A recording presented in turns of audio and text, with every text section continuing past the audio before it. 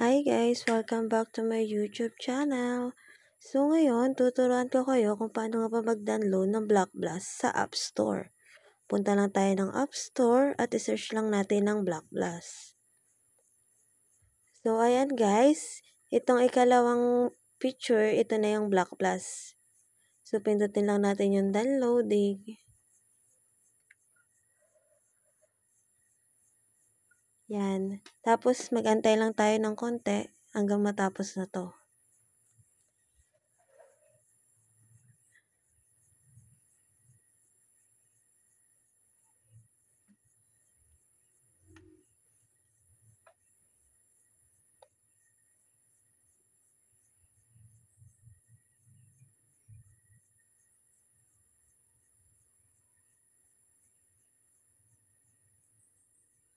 So, ayun guys, natapos na. Dito na lang natin pindutin yung open para diretso tayo sa app. So, ayan, click nyo lang yung accept. Kahit ano nang okay lang pindutin nyo dito, allow.